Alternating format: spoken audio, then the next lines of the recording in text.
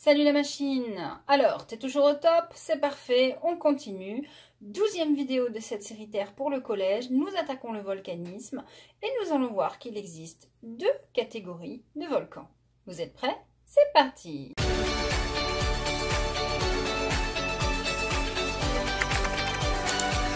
Alors, sur notre territoire français, il y a un volcan qu'on connaît bien parce qu'il fait souvent parler de lui.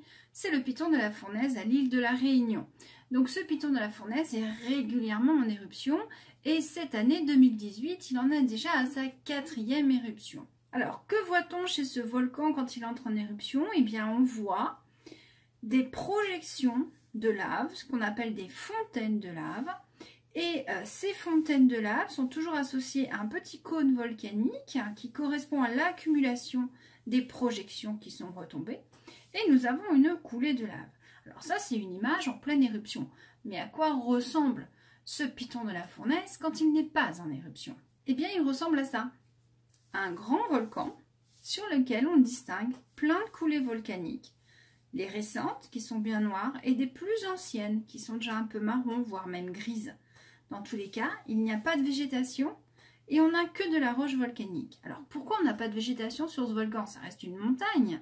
Mais tout simplement parce qu'il est tellement souvent en éruption que la végétation n'a pas le temps de s'installer.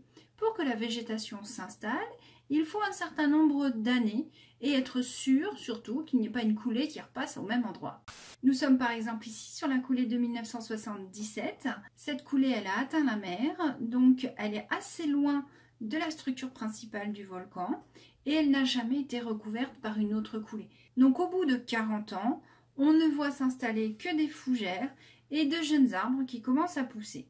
Il existe une autre catégorie de volcans dans le monde. Ce sont des volcans assez imposants qui, eux, ne vont pas produire de coulées de lave, mais qui plutôt vont exploser. Et une éruption très connue est celle du mont Saint-Helens aux États-Unis, où ici, donc, vous avez le volcan et au centre, vous avez une sorte de dôme, une boule, qui de temps en temps crache des petits panaches de cendres. Alors cette boule ici, c'est du magma refroidi qui ne s'est pas écoulé.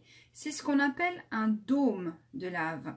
Donc contrairement au Piton de la Fournaise qui a une lave qui coule, ici nous avons une lave qui ne coule pas. Ça veut dire que le magma qui arrive de dessous la terre est très épais. Alors différence magma et lave. Le magma se trouve sous la terre, c'est un mélange de roches en fusion et de gaz. Arrivé en surface, les gaz s'échappent et ce qui reste, c'est de la lave. Soit elle ne coule pas, soit elle coule. Ce mont Sainte-Hélène est entré en éruption le 18 mai 1980 à 8h32 du matin. Il y a eu un premier effondrement du volcan, puis il y a eu une forte explosion qui a provoqué un nuage de cendres et une nuée ardente. Voici le nuage de cendres, qu'on appelle aussi un panache de cendres, qui peut monter facilement à 10 km d'altitude. Donc pour cette éruption, c'était l'éruption la plus violente jamais enregistrée pour ce volcan. Et donc une fois que la première sortie de gaz a eu lieu entraînant des cendres, on a eu ce qu'on appelle une nuée ardente, c'est-à-dire un écoulement sur le côté. Et cet écoulement est constitué de gaz chaud, de roches incandescentes, qui dévalent à une vitesse initiale de 350 km/h et s'est monté jusqu'à 1000 km/h. Il faut savoir que la température là-dedans peut atteindre les 600 degrés. Donc vous n'avez aucune chance de vous en sortir. Il y a eu plus de 3000 animaux morts, plus de 57 tués. Toutes les villes autour ont été détruites. Ce genre de volcan est dévastateur.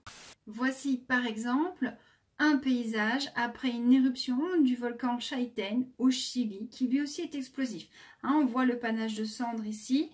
Donc vous voyez que les cendres ont recouvert tout le village et tout est détruit. Donc dans ces cas-là, on ne peut plus venir vivre, les champs ne sont plus cultivables. Donc c'est ça le danger de ce genre de volcan explosif, c'est qu'en fait ils n'explosent pas tout le temps et les gens s'installent autour de ces volcans ne sachant pas que ce sont des volcans. Alors vous allez me dire, aujourd'hui on sait.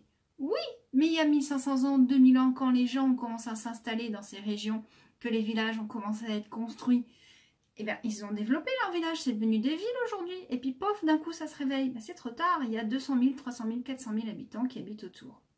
On va récapituler sous forme de petites images les deux éruptions volcaniques, voir par quoi elles se caractérisent. On commence par le Piton de la Fournaise. Une arrivée de magma se fait.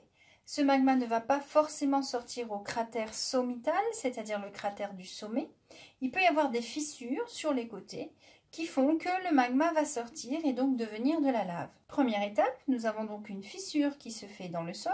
À partir de cette fissure, le magma s'échappe. Sous la pression des gaz, nous avons des projections de gouttelettes de lave. Ces gouttelettes de lave vont refroidir dans l'air et retomber. Elles vont s'accumuler, commencer à former un cône volcanique. Et quand le cône sera suffisamment haut, sous la pression du magma qui sort, ce cône va s'effondrer d'un côté et la lave va pouvoir s'écouler.